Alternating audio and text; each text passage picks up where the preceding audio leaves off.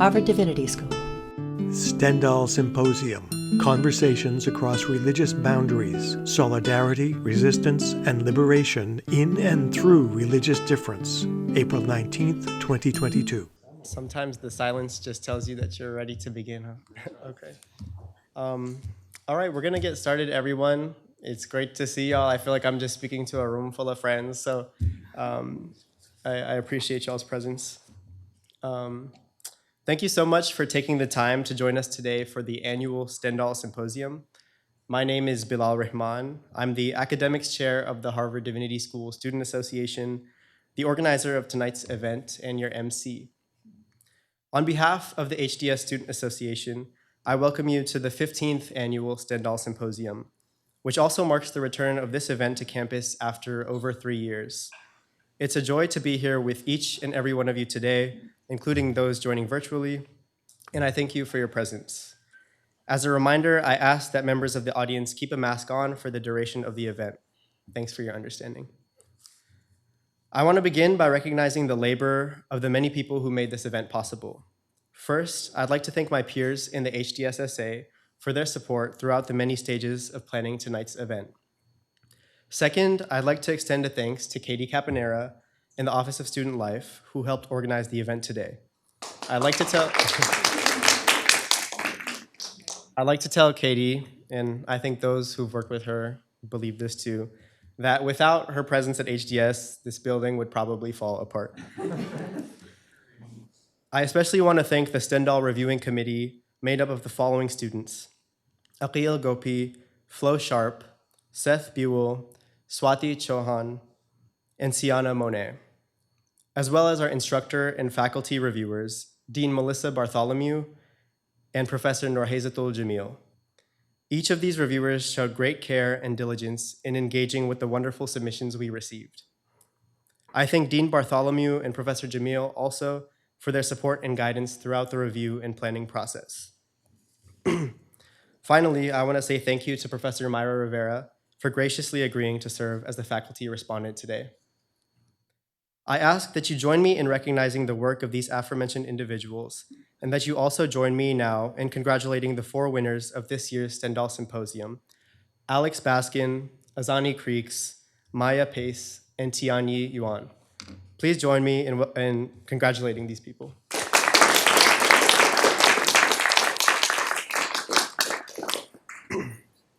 To give a brief overview of tonight's event, we'll have the 4 student presentations of roughly 10 to 15 minutes each. After the first 3 presentations, we're going to take a couple-minute intermission, and we'll reconvene for the last student presentation, after which Professor Rivera will deliver her response. Each of the presenters will be given a few minutes to respond and engage in dialogue, and we'll conclude with a few minutes of audience Q&A. We plan to wrap up by 6:55, and I invite you to join us downstairs for light food and refreshments afterward. Now, by way of introduction, I'd like to provide some background on today's event.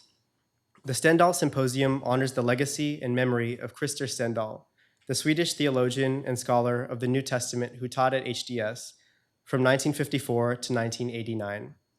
Krister served as the dean of HDS from 1968 to 79, and eventually served as the first chaplain at HDS, after just a brief stint to attend to some duties as the Bishop of Stockholm. As dean, Krister worked to broaden the curriculum and student body to include a wider range of religious backgrounds, pushed for the ordination of women in the church, and in his scholarship critiqued anti-Semitism commonly found in readings of the New Testament. Dean Stendahl's wife and partner, Britta Stendahl, was a translator and author with a background in theology, publishing backgrounds on Kierkegaard and the Swedish novelist Fredrika Bremer. Like Krister, Britta was an active member of the HDS community. Together, they both led a number of initiatives to promote interreligious dialogue at Harvard and abroad. Dean Stendahl passed away in 2008. At around the same time, an ongoing student initiative that sought a public forum for student scholarship culminated in the formation of this symposium, named in honor of Dean Stendahl. We also remember Britta Stendahl, who passed in 2016 and was a faithful attendee of this event. In imagining a theme for this year's symposium, the HDSSA and I wanted to take seriously the legacy of Stendahl's interreligious service, foregrounding the lived political stakes of scholarship that engages difference, especially within a university that is materially and conceptually invested and implicated in the prison industrial complex, the settler colonial occupation of Palestine, land grabs in Brazil, and countless other extractive and violent industries, all atop stolen land. It is necessary for us to ask, for whom is this work that we as scholars produce? What is its end? And what are its stakes? In light of all this, and drawing upon Stendahl's legacy, how do we do the difficult work of engaging religious difference authentically, lest pluralism be a hollow cover for a hollow representational politics? And so the theme of this year's symposium is Conversations Across Religious Boundaries, Solidarity, Resistance, and Liberation in and through religious difference. We invited students to submit papers related to the politics of interreligious dialogue, difference, and comparison amongst believers and non-believers alike. After a thorough and anonymized review process, we were left with 4 outstanding papers. The presentations you'll hear today are rich and challenging invitations to think through interreligious practice, critique, and identity formation. They reflect a wide range of analytical modes: historical and contemporary, textual and lived, scholarly and personal. I hope you might sit with us and think through these texts as the reviewers did and as their authors have graciously invited us to. Despite all the frantic peer reviewing that happens in the minutes or hours before our papers are due, I think it's rare that we have the space or time to truly engage with our peers' ideas in full. I hope that these next few minutes offer us the chance to do so. And now for our first presentation, which will be delivered by Maya Pace. Maya is a first-year MTS student exploring questions of land, faith, climate, and community through a lens of rigorous love and healing. She comes to the Divinity School after working for several years as the founding chief program officer of Lead for America, an organization that supports community revitalization by training and placing young people back in their hometowns. Maya has a background in facilitation and conflict resolution. She seeks to bring her love of creating transformative experiences to her studies and her work. To present the paper, Placemaking as a Spiritual Practice, I ask that you all join me in welcoming Maya to the podium.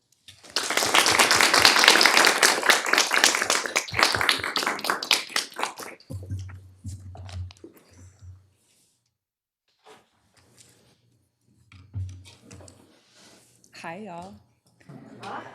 It's so good to be here with you, and what an honor to share the stage with my fellow presenters.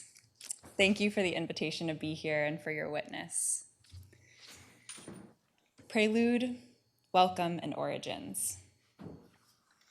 I began writing the paper I'll be presenting on early last winter, just days after 30 tornadoes struck the Midwest of the United States. The death toll was 90. I wrote this paper a year after the worst fire season in California state history, the state that I'm from.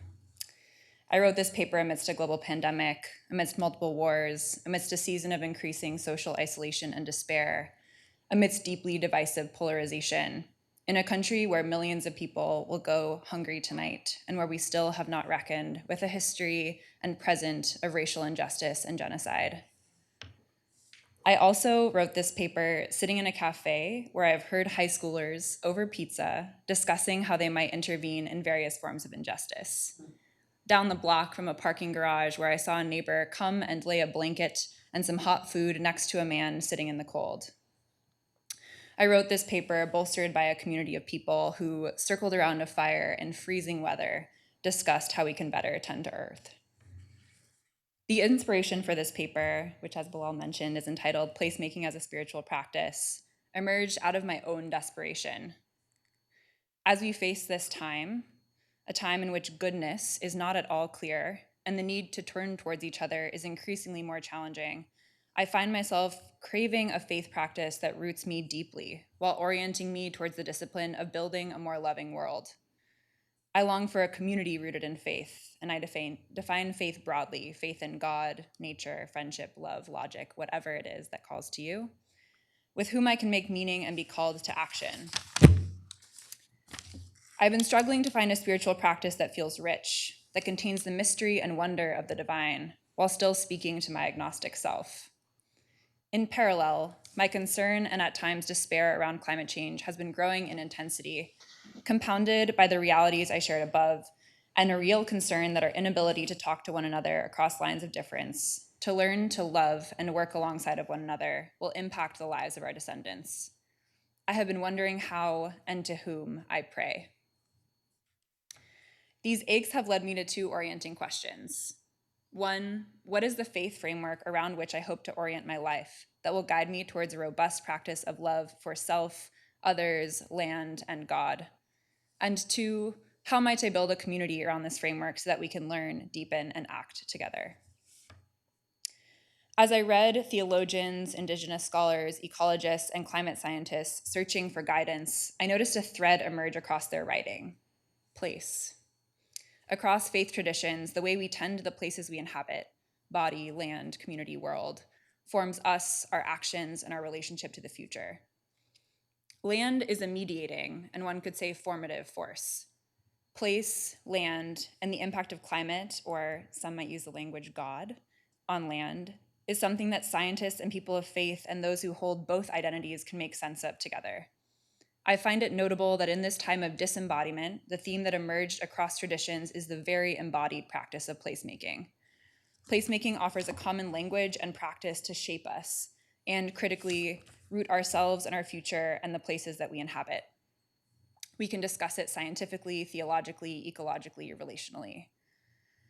So I offer this framework of placemaking as a spiritual practice as a preliminary exploration into my own version of this concept. And this work weaves data-backed research about place, case studies of communities that explicitly use placemaking as a tool for spiritual formation, personal reflection and memoir, the words of theologians, religious leaders, scientists, and scholars to form this framework of spiritual placemaking. In writing this paper and kind of crafting this framework, I chose to root it in the traditions that I find in my own lineage.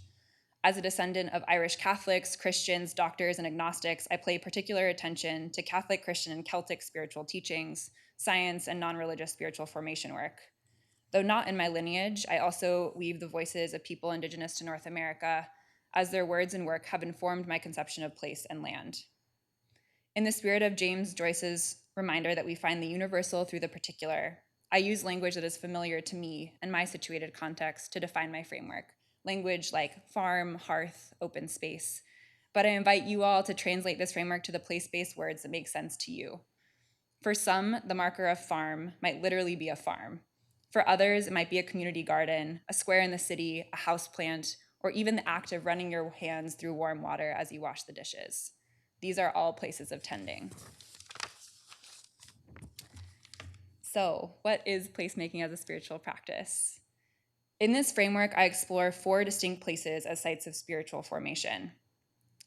Each place is bolstered by specific placemaking practices that help articulate what placemaking in that space looks like.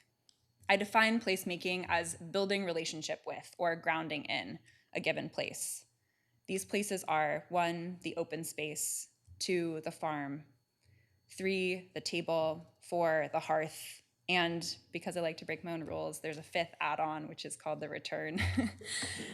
Through this framework, I ask, how do we attend to relationships with each of these places? What happens when we make visible the very embodied nature of each of these relationships? How might the practice of placemaking at each of these sites teach me to better love self, community, land, and God? This work is deeply informed by the call from many indigenous peoples that we must heal our relationship to land if we are also to heal the acts of genocide and colonial violence my ancestors enacted to build a more vibrant future. The wounds of this past are continuously felt and reenacted today. My hope is that this practice of placemaking, which I find in both my own lineage and others, might offer a framework to return to in service of restoring my relationship to place, people, and land. So I'll now depart slightly from the actual paper that I wrote and submitted for this presentation. Rather than walking you through the scholarly description of each of the places in this framework of spiritual placemaking, which you can read about in the paper itself if you really are that interested, I'd love to invite us all into an embodied practice of placemaking that's been meaningful to me, which is prayer and meditation. So as part of my process for drafting this framework, I also considered what it would mean to build an accompanying sacred text with words that have deeply informed my conception of placemaking, and to write my own blessings of grounding and solace. As I move through very brief descriptions of the 4 places in this framework, I'll also offer you a snippet of my sacred text and a blessing. As you listen, I invite you to close your eyes, lower your eyes, notice your body, whatever feels comfortable to you. I invite you to consider what these 4 places mean to you, what words you might add to this curated sacred text, what your blessings might sound like, how you might articulate this need to build rigorous relationship with the land and each other, what these sights and sounds offer you. This work takes all of us. First stop, the open space. The open space is an invitation to solitude, to go outside, to soak in and experience land and place. In bearing witness to self and land, we build relationship with God. The practice of seeking open space teaches us to love ourselves.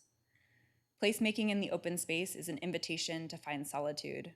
There is a reason the desert fathers and mothers sent themselves to the desert to show their love to God. Aloneness is a particular sort of shock to the body.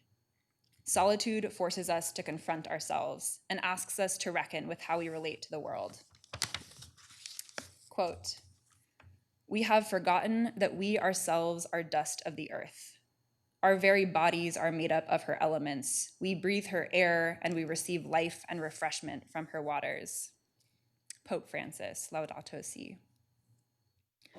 A blessing for the open space.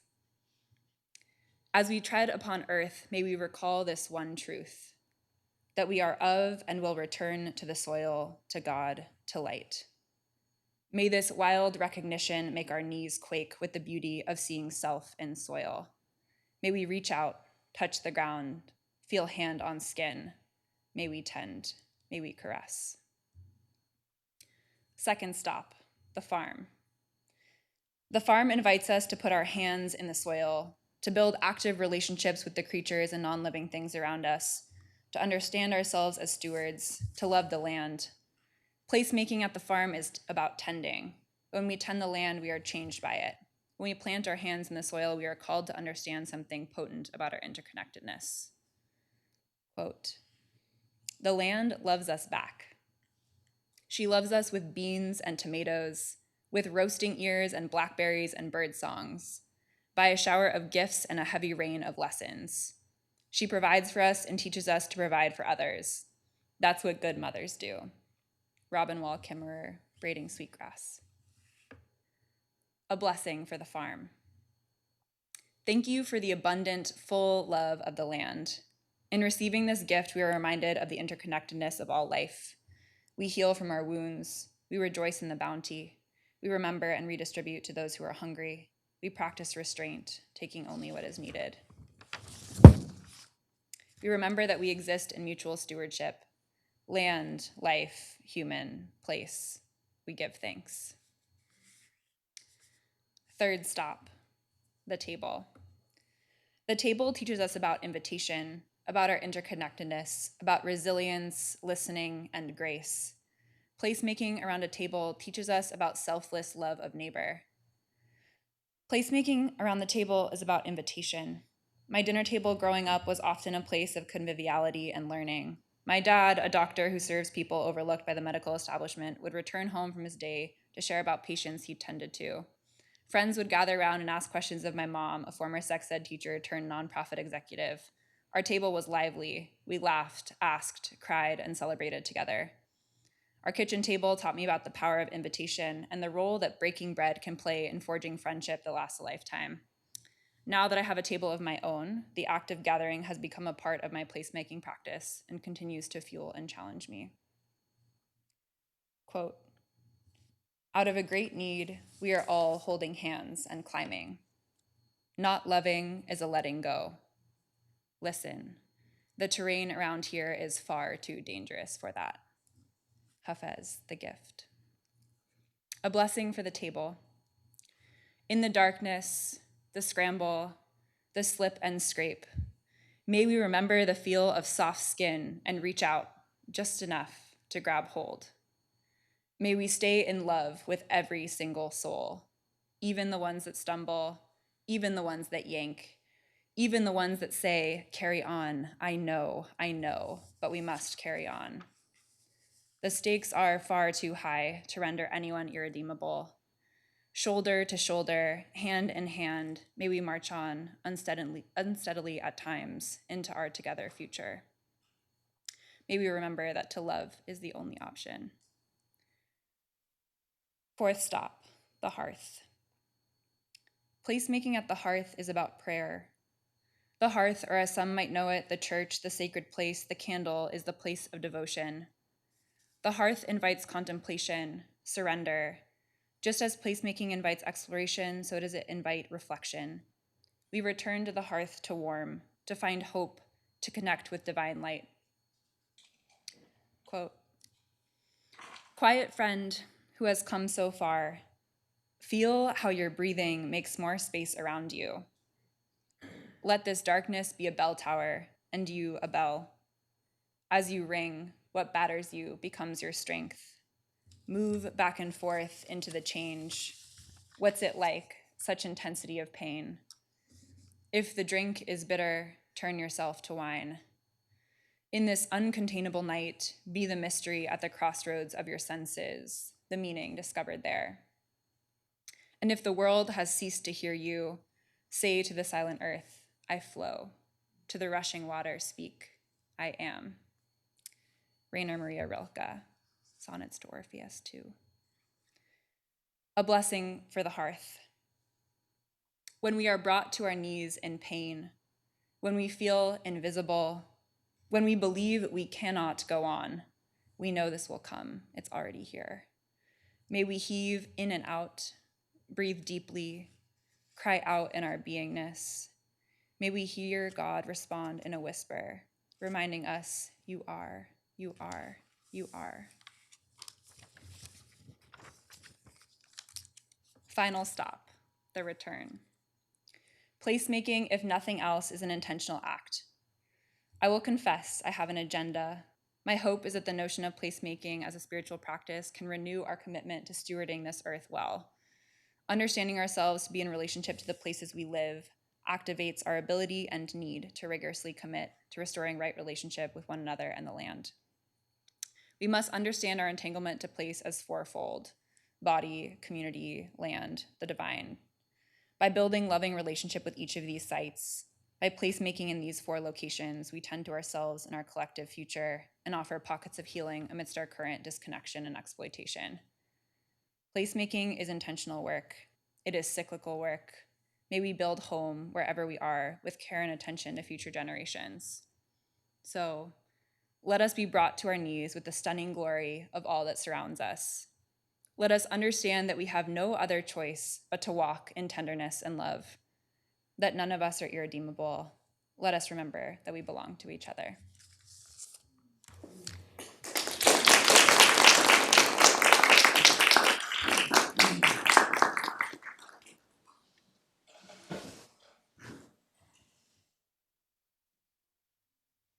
Thank you, Maya, for that offering. Our next presenter is Tianyi Yuan. Tianyi is a second-year MDiv student from mainland China. His main academic interest is the Church of the East in 8th century China. At HDS, Tianyi also studies ancient languages such as Greek, Syriac, Latin, and classical Chinese. And he takes various courses on the history of Christianity and Chinese religiosity. Recently, he's been working on a project that traces Zoroastrianism in Chinese popular religion. To present From Persian Sutra to Daqin Luminous Religion, please join me in welcoming Tianyi.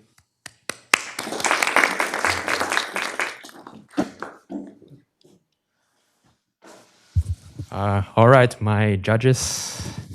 Perhaps I should remove this so you can see my original face. So, greetings, friends and professors. In this presentation, I would request you to challenge me about this idea. Name is a platform for self-identity. The subject of my paper is the Syriac Church of the East in 8th century China, which people often call Daqin Jingjiao, or simply Jingjiao, or the luminous religion in academia. However, prior to its current name, Daqin Jingjiao was named as Persian Sutra religion, or even Persian barbarian religion by the Chinese during the Tang Dynasty. Jingjiao Christians entered China via the Silk Road, along with many other Central Asia religions, for example, Manichaeism, Zoroastrianism, and Mahayana Buddhism.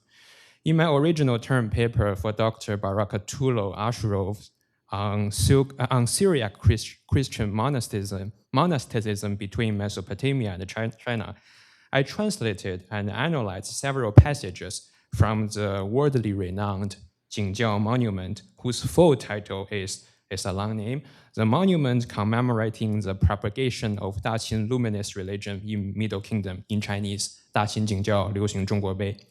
For this conference, I divide my presentation into two parts. In the first part, I will briefly go through the argument of my original paper.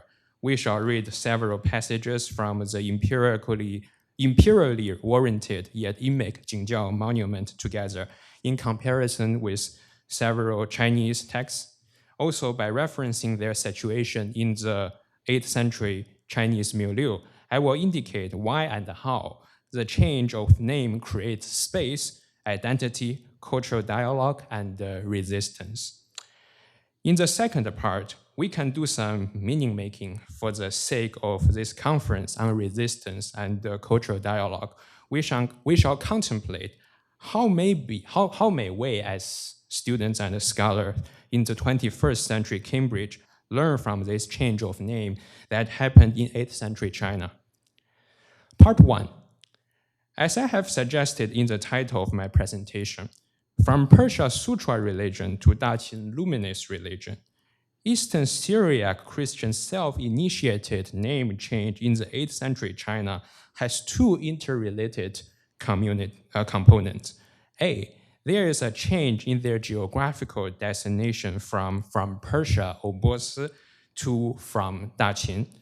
B, there is a theological or cosmological change from being named by the Chinese as the Sutra religion to being named by themselves as the luminous religion, or Jingjiao. The change from Persia to Sutra is a process of creating space within Chinese geographical legend. The change from Sutra to luminousness, or Jing, is an endeavor of making room for self-identity within the metaphysical realm of Chinese cosmology. But first of all, we have to know that in the 8th century Chinese emperor, there is a geographical legend of a civilized mighty country in the far barbaric west, which is called Daqin. In contrast, Persia or Bosi, or if you will, the Sasanian emperor, was a familiar country. As the Chinese in the 7th and 8th centuries believe, Persia was rich, mystical, yet occupied by greedy merchants and barbaric magicians, and was falling apart due to the Arabic conquest. The geographical imagination of Daqin are rooted in early Chinese semi-legendary geographical accounts that were written between 100 BCE and 500 CE. For example, the Book of Later Han, which was written in 440 CE, says, "The people of this country are tall and honest. Hence, they resemble the people of Middle Kingdom, namely China, and that is why their kingdom is called Daqin. 其人民皆长大平正，有类中国，故谓之大秦." So the main reason for why the 8th century Chinese called the only civilized country in the annal or barbaric West, Daqin or the Great Qin, was because it resembles China in terms of a civilization and mightiness. But the Chinese character Qin is also an obsolete name for the first Chinese imperial dynasty founded by Qin Shi Huangdi, as we learned from high school global history. To wit, the fact that the Chinese call a civilized realm of the far mystical West Daqin or the Great Qin is almost like some arrogant Renaissance Italian gentlemen under the House of Medici call somewhere in the far West the Great Roman Empire. Therefore, for Jingjiao Christians, who lived in the Tang Emperor. Adopting Daqin as their name would designate a sort of cultural equality, political confidence, and even kinship with the Chinese imperial elite. Furthermore, by offering an explanation of Daqin's mightiness and civilization, which the Chinese know through their legend, and if you will, Occidentalist imagination, Jingjiao Christians gave their Christian revelatory meaning of Daqin. The Jingjiao monument says, within the country of Daqin, no laws but the luminous law are carried out. No lords but the virtuous are set up. Daqin's territory is widespread, its culture and its affairs are glorious and enlightened. 法非景不行，主非德不立，土地广宇，文武昌明。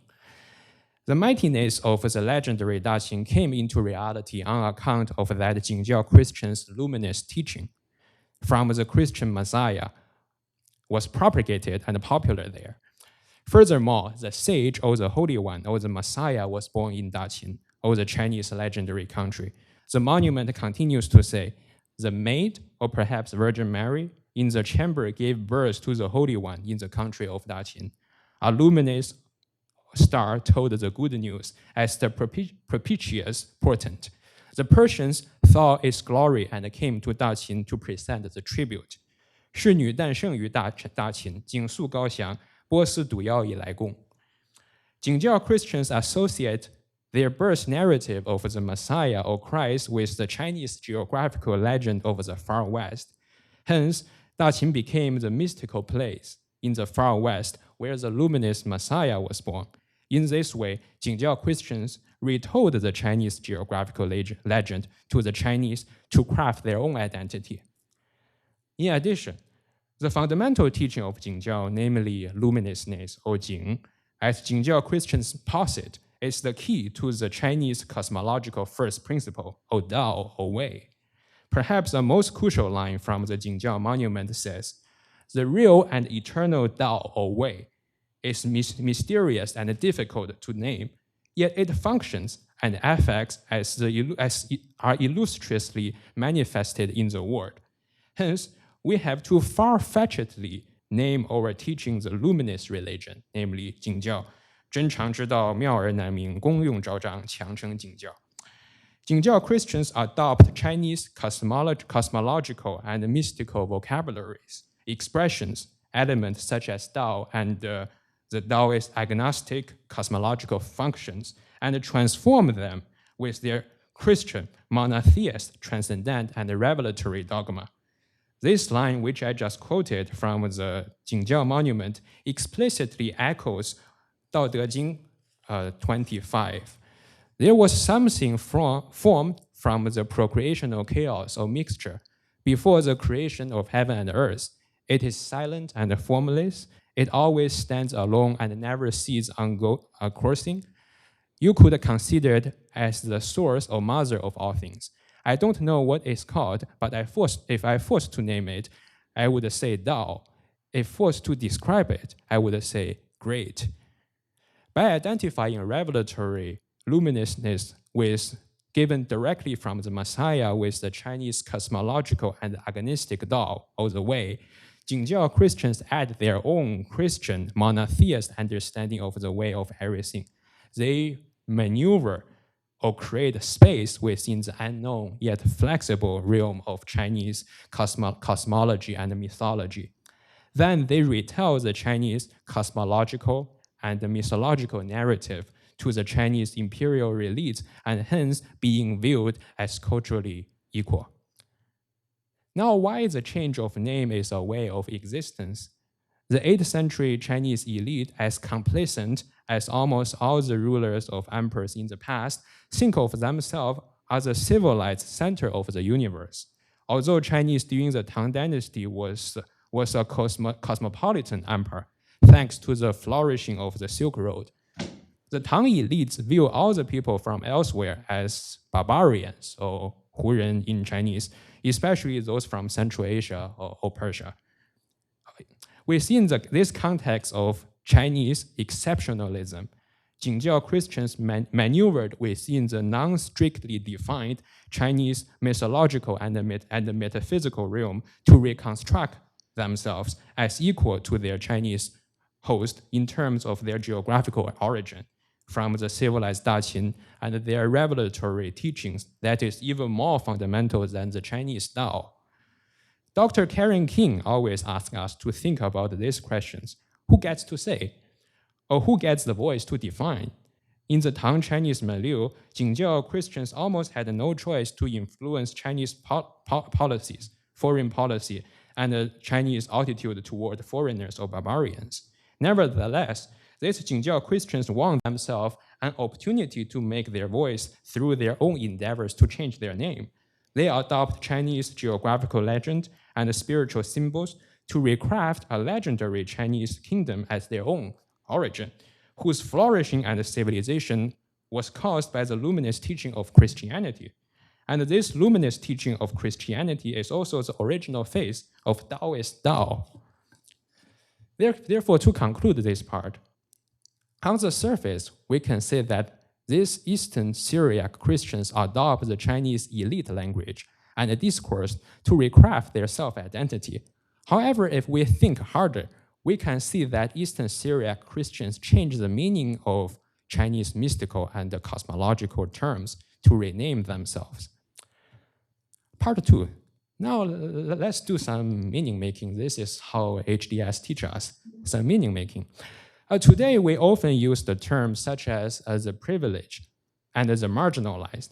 If I may give a slightly cynical reading, these Jingjiao Christians maneuvered to privilege themselves, or to use Dr. Asherov's language, these Jingjiao Christians endeavor to become Chinese elites themselves by adopting and rearticulating the Chinese elite languages with their own Christian revelatory meaning. At HDS, we are often encouraged to be critical of labels, tags, and names. For example, Dr. King wrote the book, What is Gnosticism? However, I also find that people often consolidate their identities by remaking or proclaiming their name and labels against oppression. I gave you an example from last month. Why is calling Kyiv, K-Y-I-V, rather than Kyiv as K-I-E-V, or vice versa, so meaningful for different peoples or individuals? Likewise, it means a lot for Syriac Christians in China to change the name of their origin from Persia to Daqin. In addition, many of us often express a keen suspicion of elitist language and philosophy, which does have its value. At HDS, we often hear about the process of making the marginalized voice heard. We always encourage resistance against cultural chauvinism, such as systematic racism. However, my research on Syriac Christianity in China often urges me to think about whether it is possible for an otherized religion to articulate itself intellectually and confidently to the rest of the society, or how to make space tenaciously by oneself within a cultural system. As a Chinese myself, this concern is often intuitively recognized. By the way, Bello, do I still have more time? You can wrap up within the next couple minutes. Okay, sure. As long as I'm still alive, I'm going to keep making meaning. Yes. So we actually see the examples of names change through in religious identity around us in April 2022 in Shuozhao. You may be aware of the names of some of the religious community and groups at HDS. I myself am on the board of the leaders of HDS Catholic and Friends. As institutional religious practitioner at HDS, in order to represent ourselves as a part of HDS communities, first, we add HDS in front of our religion, and then we adopt the HDS language of diversity and inclusion. Hence, we are called HDS Catholic and Friends.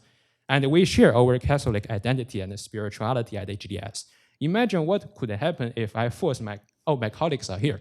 If I force my colleagues to call ourselves a Roman Papist or Vatican Counter-Reformationist, the group perhaps would be considered as the barbarian at HDS. and never be a part of the HDS community. Many of us also adopt the HDS philosophy to modify our name, to find our space at HDS. By renaming ourselves according to HDS discourse, we are also changing HDS philosophy, just as Jingjiao Christians changed Chinese cosmology and mythology. As Jingjiao Christians in the 8th century, we also change our name to explore and find our identities. Perhaps we can explore this method further, and I would invite your help. Thank you, friends.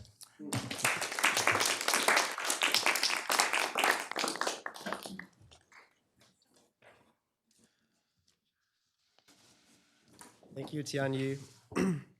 Our next presenter is Azani Creeks. Azani is a second-year MTS student with a focus in African and African-American religious studies.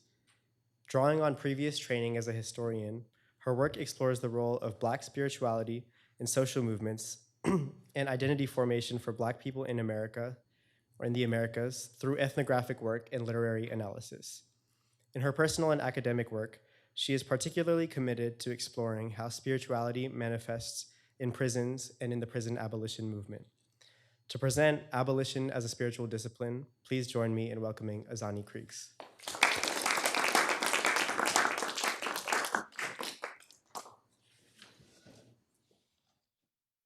Hi.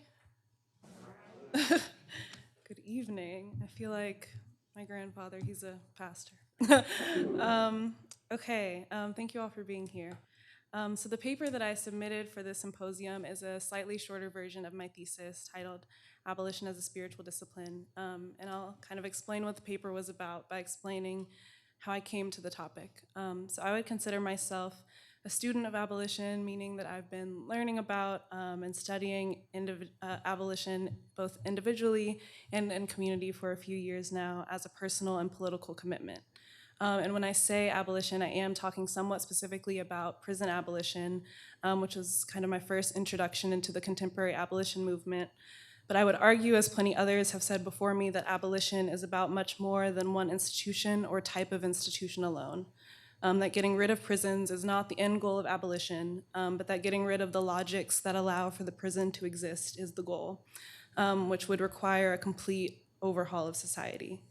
But of course, many contemporary abolitionists see today's movement for abolition as an extension of the next part in the movement to abolish slavery, that emancipation did not lead to freedom, and therefore the fight for abolition continues.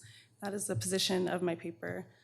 So in learning about abolition, I've tried to read a lot from incarcerated abolitionists as the people who are most directly experiencing the harsh effects of the carceral system.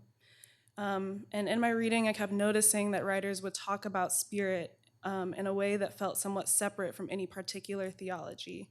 And of course, abolitionists throughout the centuries have used theology to justify or support their call for abolition, but I was noticing something different. And to give an example, there's an annual collection of biographies that's published by political prisoners titled "Can't Jail the Spirit." And so what they mean by that is that although their bodies may be physically restricted, their spirit cannot be contained.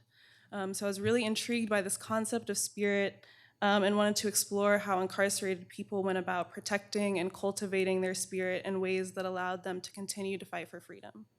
In other words, how do incarcerated people create freedom for their spirits? So in reading for the thesis, one of the texts that I read was Garrett Felber's "Those Who Know Don't Say," which uses the framework of a dialectics of discipline to describe the relationship between state discipline and the discipline within the Nation of Islam. And so he writes that the disciplines show up both as a means of social control and coerciveness by the state, and as the individual and collective behavior necessary to resist and defeat it. So there's the state discipline and there's the discipline of resistance. And of course, within his framework, he's talking about the Nation of Islam and their interactions with the carceral state. And the Nation of Islam is somewhat well known for their discipline, both ideologically in terms of holding very specific views and practically in terms of dress, movement, activities. And Felber doesn't talk much about the theological or spiritual dimensions of that discipline. He really talks about kind of what what they do out of that. But that kind of spiritual dimension is exactly where my interest lies. And I think it's one of the main things that people talked about when they talked about the Nation of Islam. Was the group's discipline actually spiritually motivated, or was it just spirituality as a front for what was actually a political motivation? And my understanding of both the Nation of Islam and Abolition is that they are, in fact, spiritually motivated, and that we should not ignore these motivations in favor of a purely social or political analysis. So my thesis builds on Felber's very helpful concept of the dialectics of discipline and considers a dialectics of spiritual discipline that happens between the state and abolitionists. So William Mahoney writes that spiritual discipline, quote, establishes the orientation and outlines the procedures that seekers should follow in order to make real the transformation for which they hope. So the keywords there being orientation, procedures, and transformation. So in spiritual discipline, there is this kind of orientation, and for the state discipline, that orientation is what bell hooks would describe as having like the twin gods of money and power. And so you're oriented to attain money and power in the ways that you can in a capitalist way, and it's very focused on transforming the life of an individual. Abolitionist discipline, on the other hand, is oriented toward freedom as distinct from emancipation. And I'm thinking here with Joy James's concept and distinction between emancipation and freedom, where she says, emancipation is given by the dominant, it being a legal, contractual, or social agreement. Freedom is taken and created. Freedom is an ontological status. Only the individual or collective, and perhaps a God, can create freedom. And so I'm thinking about the ways that state discipline is focused on the individual, is focused on money and power, and the way that abolitionist discipline is focused on freedom for all. And in doing this, my sources for this thesis were primarily the writings of incarcerated abolitionists, and kind of my guiding quote and thought for this paper was from Black Panther Safia Bukhari, who spent 8 years in prison and who wrote, "We must exorcise," as in exorcism, "those characteristics of ourselves and traits of the oppressor nation in order to carry out that most important revolution, the internal revolution. This is the revolution that creates a new being capable of taking us to freedom and liberation." And because of the expansiveness of the prison industrial complex, and there's so much prison writing out there, I was like, I have to narrow this down somehow. And so I explored how the dialectics of this discipline unfolded in New York State, starting with kind of the first reformatories in the 18th century and moving throughout the present day. And I picked New York for a lot of different reasons, but one of the main reasons is because New York is where the kind of modern day model for the prison that we have was perfected. And so in 1816, Auburn Prison opened, and the slogan of Auburn Prison was industry, obedience, and silence. And kind of, I explore kind of how those are the cornerstones in the way that the state spiritual discipline is practiced. So industry being a focus on labor, a focus on being productive for the state. There's obedience, which means that you follow the rules that the state gives you in order to carry out order in the way that they deem is correct. And also silence, so about isolating people not only from their communities at large, but in Auburn, incarcerated people were not able to talk to each other. They were separated, and so not only isolating them from their communities, but from each other, building any kind of community within the prison. And so that's kind of the state side of the discipline. But even in that, obviously, incarcerated people organized. They weren't able to talk to each other, but you organized a labor strike? How did you do that? And yeah, I just found all these examples of these amazing ways that incarcerated people resisted and were able to protect and grow and cultivate their spirits. And so thinking of industry, obedience, and silence as kind of the main tools of the state discipline, I went through all of the writings that I had and thought about what the aspects were of an abolitionist discipline. And so I have kind of like a list of cornerstones, elements that I found within that. I don't mean the list to be exhaustive in any way. And I would love to discuss what other things should be included, what things should be taken out. Yeah, and just like talk more about this. I think that there's been a lot of discussion and analysis about abolition on a systemic level, on a political level, and I'm really, really interested in the moral and spiritual aspects of it. So I will go through the cornerstones and elements briefly and look forward to more discussion after. So the first one is hope. And I want to be clear that I think that hope is within a spiritual discipline, regardless of what the discipline is. And that was in the definition given by William Mahoney, that people commit to a spiritual discipline because they're hoping for some kind of transformation, right? And the hope in the abolitionist discipline is that society would be transformed in a way that allows for full freedom for everyone. The next one is imagination. And there's a quote that says, "Let us begin working at the edges of what is possible." So thinking about like what we can do, and of course this makes sense coming out of the prison context where people are not allowed to talk to each other, to engage with each other, to be free. What do they use? Their imagination to think about how things could be different. The third one is community, and so kind of resisting that isolation, resisting the silence that the state imposes, talking to and exchanging ideas with people in community, not thinking about our lives and our kind of destinies as separate from one another, right? As thinking of a collective kind of movement that we have throughout our lives. The fourth is duty, and it's something that came up a lot and of course is kind of memorialized through Assata Shakur's "It is our duty to win, it is our duty to fight for our freedom, it is our duty to win," and thinking about kind of connected with community, how duty is to one another. There is an interdependence that we have, and that one person's freedom is necessarily tied up with another person's freedom, and that we do have duty to other people in our community. The fifth is solidarity through sacrifice.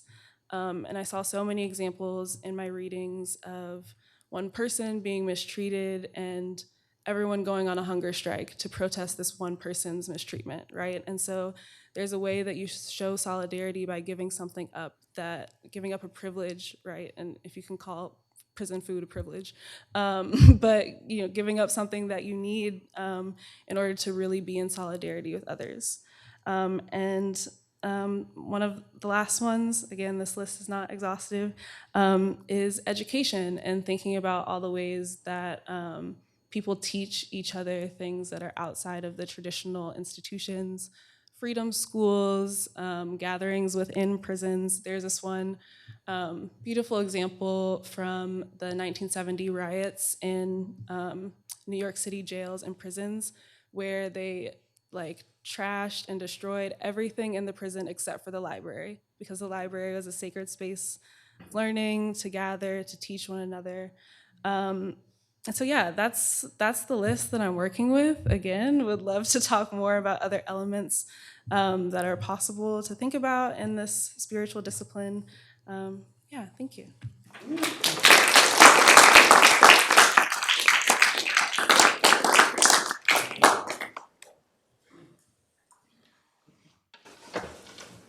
Thank you so much, Azani.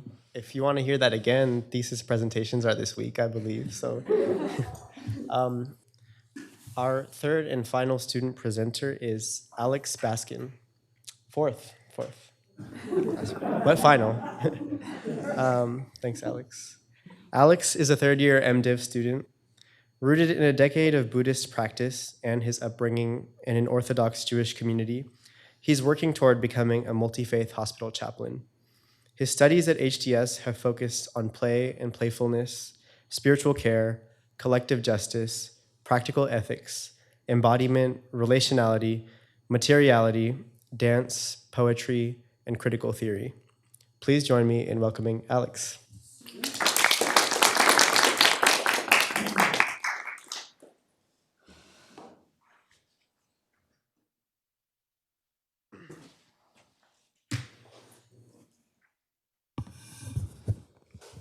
Hello, hello, hello, hello, hello.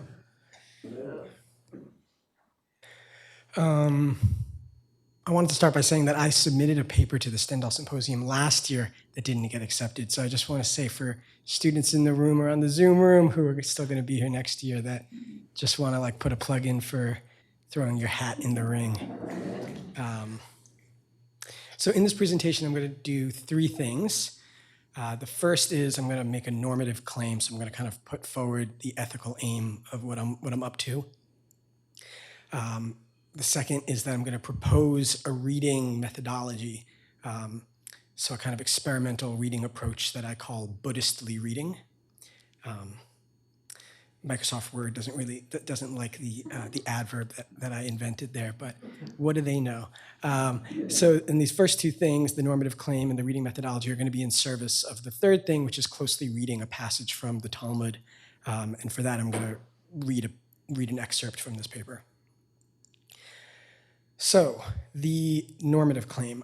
My claim is that we can lead flourishing lives and treat one another well when we somatically attune to the actual lived experience of being a human body. We should regard the body as a central locus of ethical significance, a site from which we can expect to find meaning and value.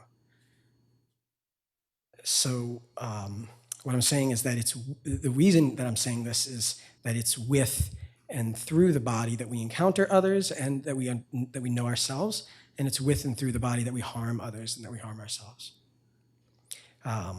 In the paper, I go into the philosophical ancestors that kind of inspire this, and also the religious studies context, the corporeal turn in religion that I don't have time for right now, but we could talk more about it in the Q&A if you're interested.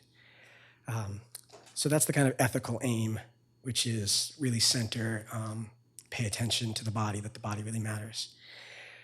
So the methodology, the reading methodology, basically instead of looking at this topic, the body, and asking, what does this religion say about it? What does that religion say about it? Instead, what I'm trying to do is use one religious tradition as a lens to look at another. So this doesn't prove that one tradition is authoritative or truer or better in any way, just that using one kind of lens as a lens for another tradition can itself be an illuminating practice. I think that this is illuminating for, in this case, Buddhists, for Jews, and also for non-Buddhists and for non-Jews. Anyone who wants to learn from and not just about these traditions. So I'm especially inspired by this Buddhist philosopher, an American academic named David Loy. He wrote this book called A Buddhist History of the West. And importantly, it's not a history of Buddhism in the West. It's not about how Buddhism is popular in the United States or why. It's a history of the West from a Buddhist perspective. So he's looking at kind of developments in Western history from the Greeks and the Romans to medieval Europe to modern Europe, and asking if some of the things that Buddhist texts say are true, if some of the things that the Buddha taught are true, why did history unfold the way it did? Why did empire and commerce and media come to occupy the roles that they have? So for Loy, he's especially looking at what he identifies as what he sees as key teachings of Buddhism. He focuses especially on the three characteristics of existence that the Buddha taught, and these are that all things are impermanent, that suffering is always a part of life, and that what we take to be the self is not a solid or stable thing. He kind of puts these together, and he calls them the sense of lack, that we fear as humans that we're not fully real, and so we anxiously try to ground this ungroundable self, and that this kind of accounts for a lot of the unfoldings of Western history. So it's a little bit like what some Marxist historians do, which is like taking the theory to be true, looking at other periods in history and wondering why those things happened, if on that kind of account. So I use Loy for this idea to kind of look at non-Buddhist things Buddhistly. But there's some problems with Loy. He treats Buddhism he's a positivist, basically. He treats Buddhism as this kind of independently existing thing. He essentializes it. He says, like, literally, this is the essential teaching of it. He doesn't really pay attention to the lived religious practices of Buddhists in all their diversity and heterogeneity. What he does is actually Orientalist. So it's problematic. It would not be sufficient on its own. So I kind of augment his perspective with the work of an ethnographer whose name is Elizabeth Harris, and she interviewed contemporary Theravada Buddhists in Sri Lanka about their interpretations of embodiment in their religious practice. Anthropology is multivocal. It brings in different people's voices, so it mitigates some of the problems in Loy. Harris proposes this threefold schematic. She says for the Theravada Buddhists that she interviewed, the body is a problem to be recognized. It's a problem because it's tied up with craving. The body is a teacher to be learned from. That through meditation directed at the body, we can learn about the human condition. And the body is transformed on the path to liberation. And that's that the body is literally transformed through the process of nirvana. And also that the relationship to the body changes from selfish fixation to compassionate goodwill. So that's the methodology. One quick note about the object of study. So this is Buddhistly reading, and I'm going to be Buddhistly reading rabbinic texts. The Talmud. The Talmud was written in the 4th and 5th century by diasporic Jews. I'm using especially Daniel Boyarin's framework. He wrote this book called Carnal Israel, where he takes some anti-Semitic tropes and he flips them on their head. He takes the idea, something that Jews are sometimes accused of, which is being focused on the body. Like Augustine said that Jews are indisputably carnal. And he says that that's actually theologically accurate, at least as far as rabbinic Judaism and the period of the Talmud goes. And he shows why this is actually a really interesting and compelling thing, that for the rabbis who wrote the Talmud, the self is not an immortal soul, but the self is the body. And that's why the Talmud spends a lot of time on circumcision and on menstruation and on embodied aspects of the human experience. So the approach is using Loy for the clever idea to read not explicitly Buddhist things Buddhistly, using Harris for a more fleshed out and nuanced idea of what Buddhistly is, and aiming at articulating an ethic of the body, and looking at Talmudic texts from this Buddhist reading perspective. So now reading an excerpt. So the text that I'm going to read exemplifies Boyarin's thesis regarding the body as a focal point in rabbinic culture. As Boyarin's Carnal Israel explores at length, the Talmuds are replete with sexual ethics guiding where, when, and how to copulate. I highlight a passage from Tractate Barakot, Mesechet Brachot, from the Babylonian Talmud, that calls attention to the notion that there's much for a rabbinic Jew to learn about sex. So in this passage, there's a young rabbinical student named Kahana, and his teacher's name is Rav. And this is Boyarin's translation. Kahana entered and lay down beneath the bed of Rav. He heard that his teacher was talking and laughing and having sexual intercourse.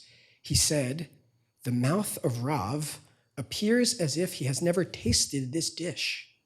Rav said to him, "Kahana, get out. This is not proper behavior." Kahana said to him, "It is Torah, and I must learn it." So in this excerpt, the reader learns, along with Kahana, several striking lessons. Rav, one of the most authoritative figures of Talmudic culture, according to Boyarin, evidently does not treat sex as revolting nor as a mere task of procreation. He appears to enjoy pleasure and intimacy fully, perhaps engaging in foreplay. Maybe that's what talking and laughing is referring to. He does not repress his erotic desire. He appears as if he has never tasted this dish. Though the voyeurism itself is admonished, the story is nevertheless recorded by the text which preserves Kahana's logic of curiosity. The text trusts that the reader can make sense of why a student might want to learn about sex by observing. Most striking is the concluding claim, "It is Torah and I must learn it." This Talmudic passage follows immediately two stories with the same punchline, "It is Torah and I must learn it," that both concern bathroom conduct, which way to face in the toilet, how to remove clothes, and which hand is used for cleaning. The bathroom anecdotes have a similar structure. A student spies on his teacher, learns how it's done, receives an admonishing, and then defends himself by appealing to his intention to learn. These stories suggest that sex and bathroom conduct are truly Torah, at least in the view of the students, and very likely in the view of the Talmudic editors. The root of the word Torah means to teach or be taught. These are things for which one receives instruction. Calling sex and defecation Torah also suggests that they are, in some sense, holy.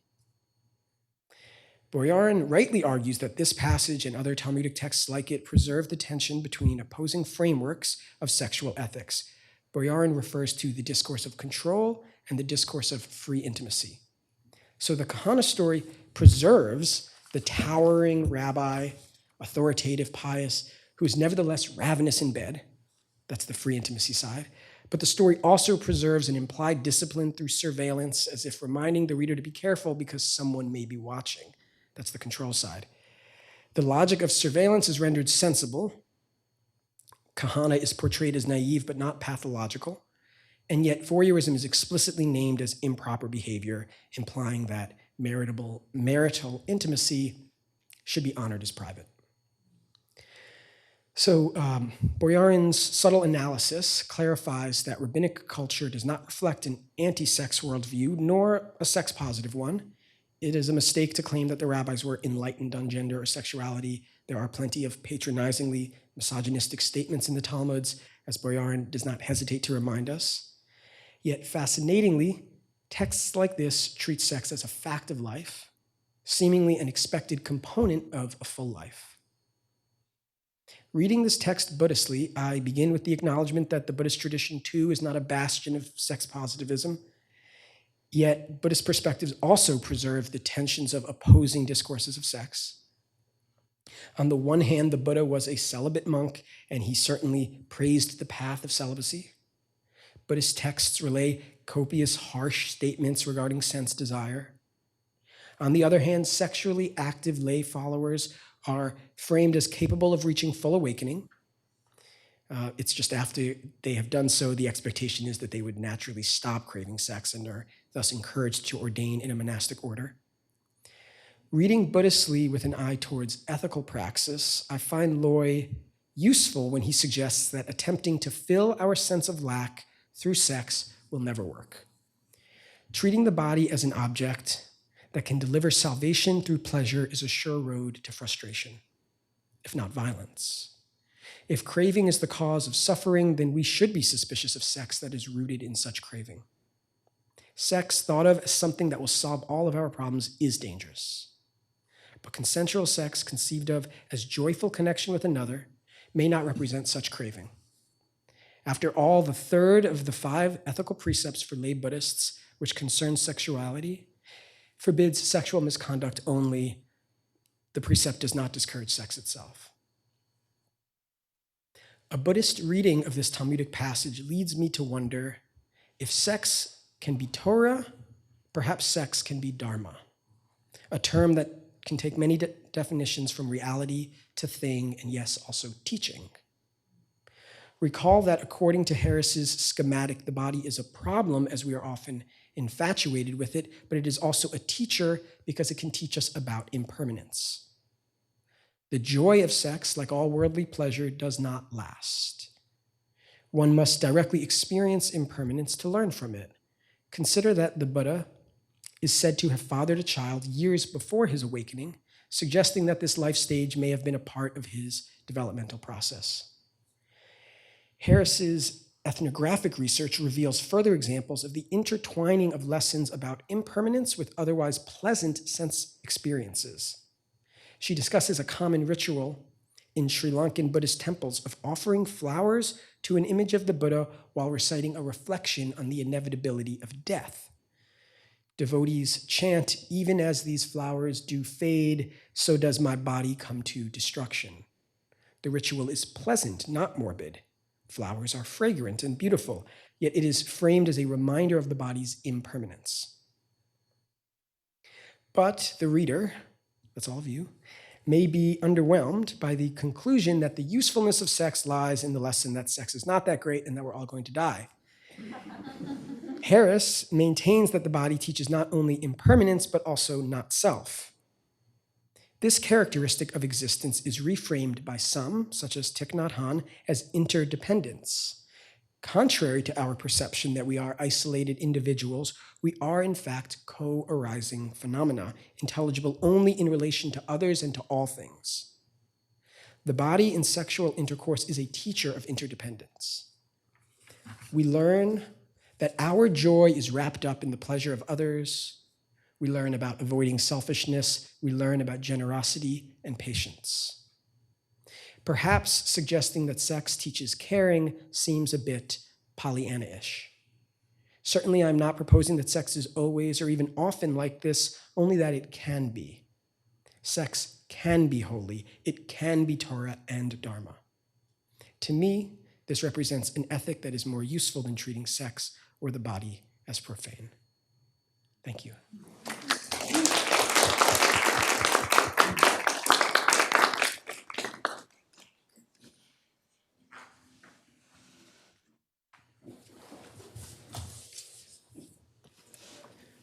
Thank you, Alex. Please, let's give it up one more time for our 4 presenters.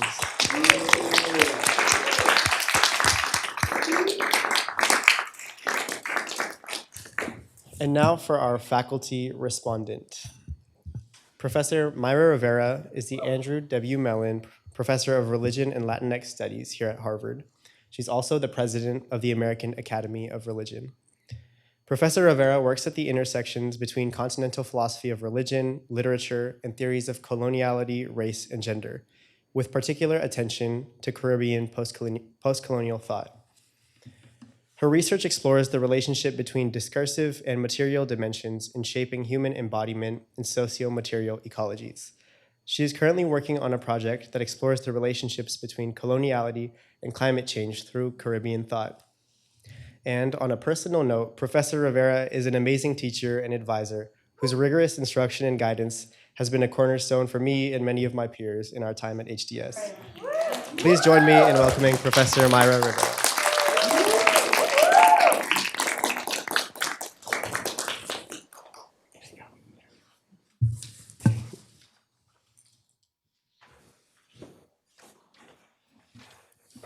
Thank you so much. Thank you, Bilal and the HDS Student Association for the invitation, for organizing this amazing event. I had the pleasure of reading the full papers, so I'm responding to that. And I need to say that it was quite a challenging assignment they gave me, so kind of payback. And so in my response, I just wanted to think with you and bring some of the stuff I think about and put them in conversation with all of you, and hoping that it can steer some further conversation. So Maya offered us a beautiful meditation on placemaking as spiritual practice. This is, Maya explains, a response both to the distancing from place shaped by virtual technologies and the challenges of climate change. Climate change and the catastrophes it brings about put pressure on the illusion of human beings' independence from place. That myth of placeless people, Willie Jennings has argued, has roots in the colonial conquest, which displaced people from land, seized land, stripped people from their place, and allowed colonizers to imagine themselves and their religion as unencumbered by place. These processes have continued, and Jennings argues that we won't solve the problems of race until we reflect on the interconnected turnings of space and the formation of racial being as mirrored processes. We need to narrate not simply the alterations of bodies, but the alterations of place itself. Maya's paper suggests that part of mending that break between bodies and place is to approach placemaking as a spiritual practice. And as Azani argued in her presentation, spiritual practice entails discipline. I read this also as potentially contesting destructive forms of placemaking, like conquest and forced displacement, as well as abstractions from embodiment and the practices that produce climate change. And I wondered as I read how to account for the ways in which particular places mark the lives of particular peoples. I wonder how to link that spiritual practice to a sensibility to the plight of those who are forcibly displaced, both by settler colonialism and now increasingly by climate change. Tiani's contribution approaches geographic place from a historical perspective, in which a claim to place moves a Chinese Christian community to claim roots in a legendary place, from which they define their identities, but also transform the very meaning of the messianic birth. Disavowing identities that have been othered as barbarian to claim a revered Chinese origin, Daqing. Place is then not the immediate environment, but a legendary place described in beautiful detail. Here, the distance opens possibilities for belonging. This invites some comparison with how Christians have related to Jerusalem, claiming it as origin, erasing Judaism from its story of origins, trying to conquer it, and even trying to build a new Jerusalem all throughout the Americas. The relation to place of origin has been a source of contention, and as Tiani demonstrates, also of creative reinterpretation. I wonder about the role of physical and mythical places in the practices of their Christianity. Was Daqing integrated into their mystical traditions as a place of imaginary pilgrimage, for instance, which people would imagine as a practice of spiritual formation? Was it associated metaphorically with other places? Alex's Buddhistly reading of rabbinic texts takes us back to the body. The paper invites us to see beyond received stereotypes of Buddhists as anti-body and Judaism as carnal. Instead, the significance of bodily experience and even pleasure as sites of learning. Alex shows us how rabbinic teaching can be interpreted as demonstrating how the body can teach us our impermanence and the not-self in relation to others. And here I want to draw some connections. First with Maya's paper, who encouraged us to think seriously the spiritual practices of connecting bodies to land, and wonder if we could also see such practices through this lens, describing them as teaching us also about the impermanence of our bodies. Environmentalists do remind us that the planet will outlive us.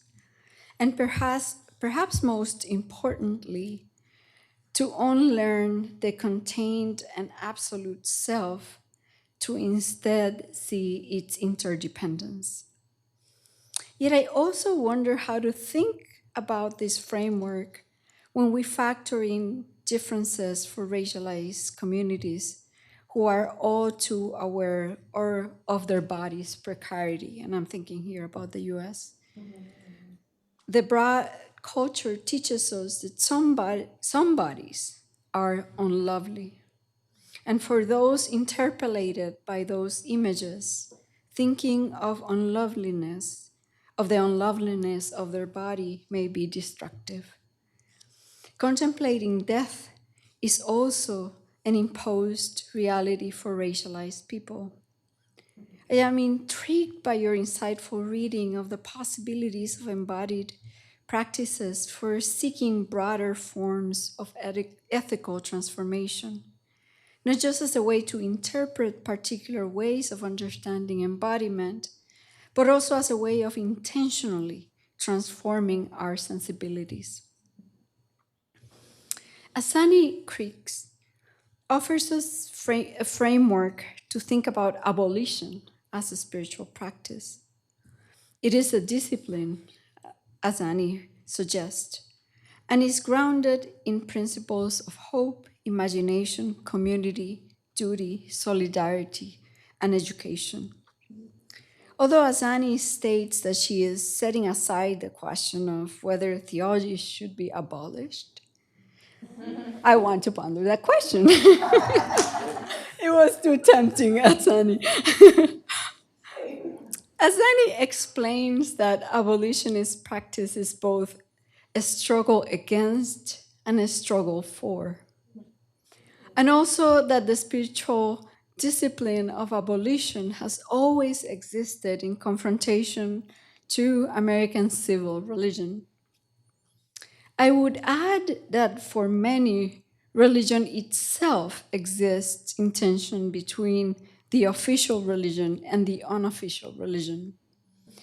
As Sylvia Wynter argues, while the official religion was a tool for the dehumanization of enslaved peoples, the unofficial religion has had an important role to counter dehumanization, steering new imaginaries that exceed those of the world as it is.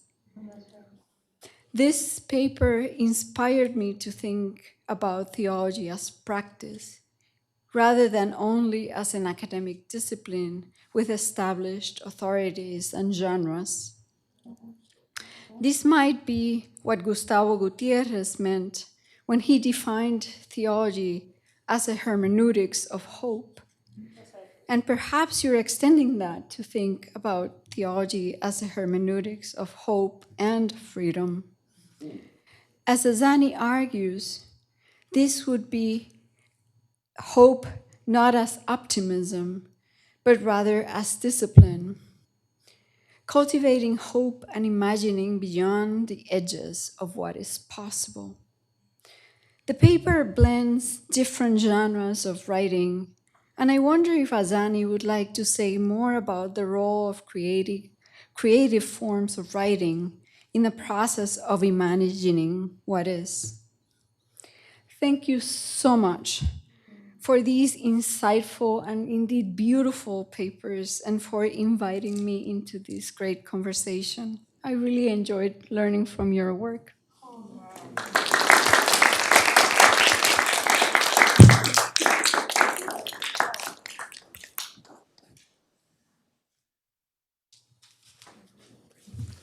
Thank you so much, Professor Rivera, for that meditation, which ties together this truly eclectic set of papers. I want to turn it over to you all. You can each take a couple minutes to respond, engage in dialogue, and maybe in 10 minutes, we can open it up for audience Q&A. First of all, I just want to say, I was like furiously taking notes as all of you were speaking, because there's so much just potency to your words. And Professor Rivera, the way that you were kind of weaving us together and complicating some of our arguments was really moving and deeply meaningful. I think one piece that I was reflecting on as I was listening to all of you speak, and that I just want to think aloud a little bit about, is this notion of, one thing I left out of my presentation was who the we is, which I talk about in my paper, but I didn't speak to. And the we that I was speaking to is specifically people of my lineage. So people of descendants of settlers, people who are kind of in a Christian Catholic lineage, who are white, who particularly are from kind of the northern part of California, which is a very particular cultural context as well. And this question that you're raising about what it means to relate to land which has been a site of perpetuated and enacted violence over generations and generations and generations, not as a kind of washing over of that legacy, but rather as a discipline, Asani, to pull on your language, as a discipline and a kind of call to account for healing. And I think one of the things that I'm trying to like imagine alongside of some of the thinkers and classmates and people in this community is what that means in practice. And that is a big question that I sit with. So mainly I'm just like grateful to continue thinking alongside of all of you about the ways that you're thinking about your embodied practices as it relates to the work that you're doing, and eager to think about the intersections with this idea of place and body and land and God. So I'll leave it there. Thank you so much. I have to go second. Yeah. Right, so it's my turn. So first, I regret. Okay. I guess for the next time, if I have next time, I should give more thought in the future. But I would say there's one theme I discovered in all of our paper, and also I'm thinking about what Dr. Rivera asked me to think more. I guess one idea is give dignity. So to give dignity, so I mean, you talk about that place is space making is a spiritual practice. So we give dignity to space, and the space gives dignity to us. And for Azani, your paper, I mean, you talk about hope, you talk about education. I think it's also about help. It is also related to help people to recognize dignity. And also for you, Alex, and you give dignity to the body. So people used to diminish body and just to think that the body is just a vessel of the soul. But that is not the correct thinking. You push us to think about, I mean, body also has its own dignity. And for my own idea, so be very frank, so this paper is meant to be more academic, so it's a part of the Christian studies, but I still choose to present it here, because I also wanted to give dignity to these Christians. A lot of people simply dismiss them. I mean, both. A lot of us are overcritical. We think that there are not enough textual evidence. So therefore, I mean, as scholars, we could not pay too much attention to that. And in the Chinese academia, people also say, okay, these people they are just opportunists. They just wanted to adopt Chinese discourse and just to promote their own religion. But perhaps that is also not true, or at least I can, just as HDS teaches us to do, try to make some meaning. And Dr. Ashrov always pushes me to think, do you think they are real Chinese Christians? I mean, initially when I received this question, I mean, how could that be possible? They came from elsewhere. But Dr. Ashrov told me, so he came from Tajikistan. And the Christian community is also neglected there. And as scholar, so it is his duty to bring people's attention to them. And this is also the process of giving dignity of what we are learning. So even though it is difficult, the texts are limited, and we have to go study various language for that. And finally, to answer the question about the physicality of them, first of all, I never thought about that before.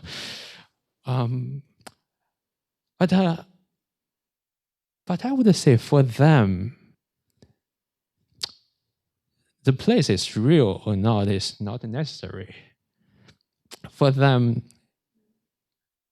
is that necessary?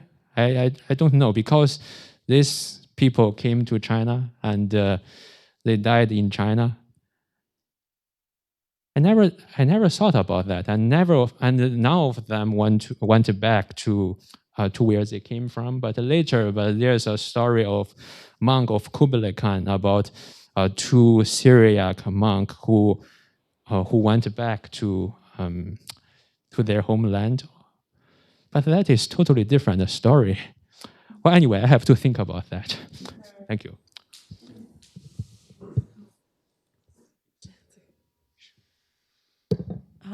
Thank you all for your comments. I have a lot to think about. Can I take this off?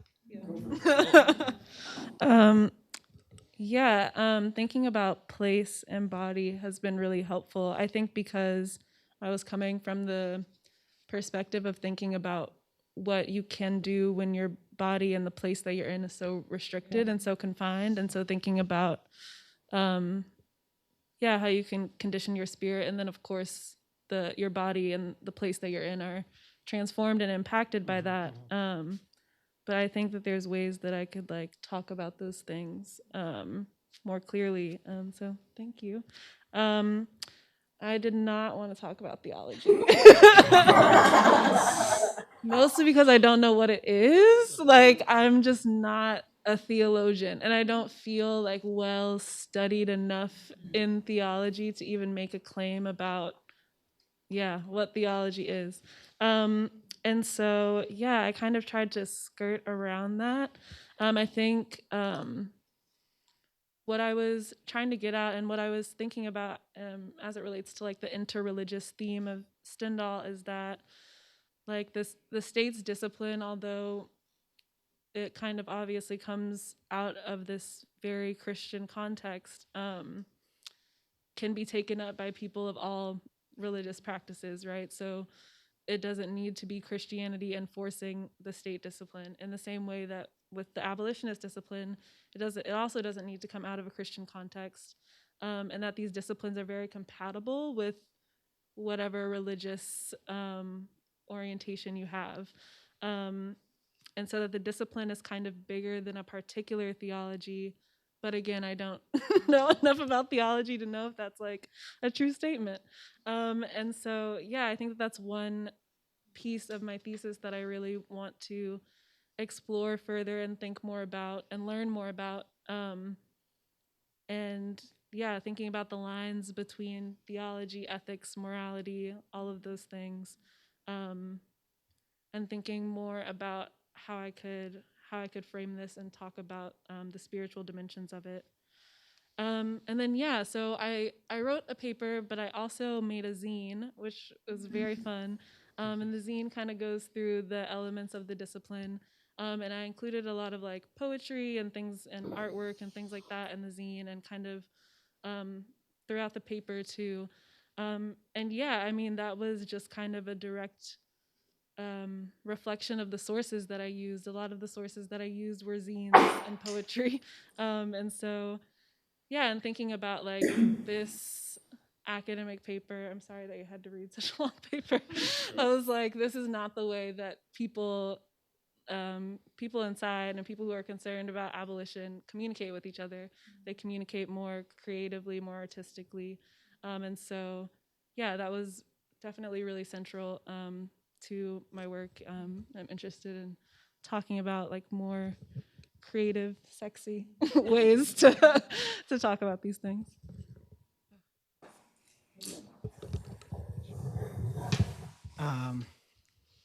This is on, right? Yeah. So I really appreciate Professor Rivera and Azani, both of you, like calling attention to the conflicts of the body and what's at stake politically and the realities. Like, obviously, the body is the site of conflict. The body is the site of trauma. It's not all good news, what I loved, Azani, in your presentation was this distinction between state discipline and spiritual discipline, because the word discipline, like, immediately have this aspect of being disciplined and of choosing, in our full dignity to discipline ourselves. Like, so I'm wondering how to apply that, that the body being disciplined in ways that prevent our flourishing, in ways that are reprehensible by the state, and ways in which the word spiritual is always interesting, because spiritual is often contrasted with the body. So it's some way of talking spiritual discipline. I'm wondering about what an embodied spiritual discipline is, or just embodied discipline or something, in ways that counter state disciplining of bodies. That's something I would be curious about. And All right. Did you want to? Maybe I want to say Yeah. something in addition to Azani, because what I was trying to suggest was more that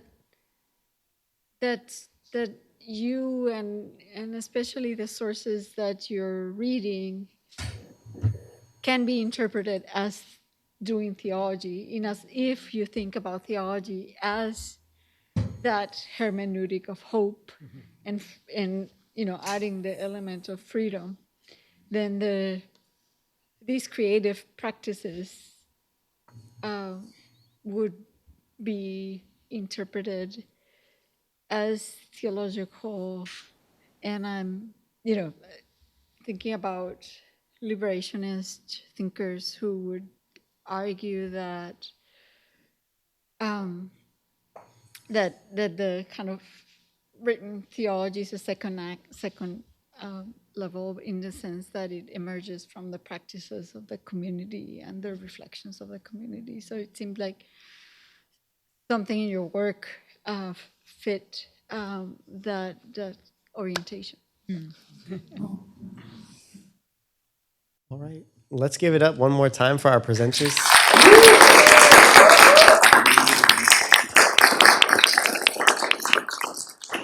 Okay. I want to thank everyone again for attending. It means a lot for you all to be here. We have some refreshments downstairs, I believe some Mediterranean food, something to sip on too. So please join us downstairs and we can continue the conversation.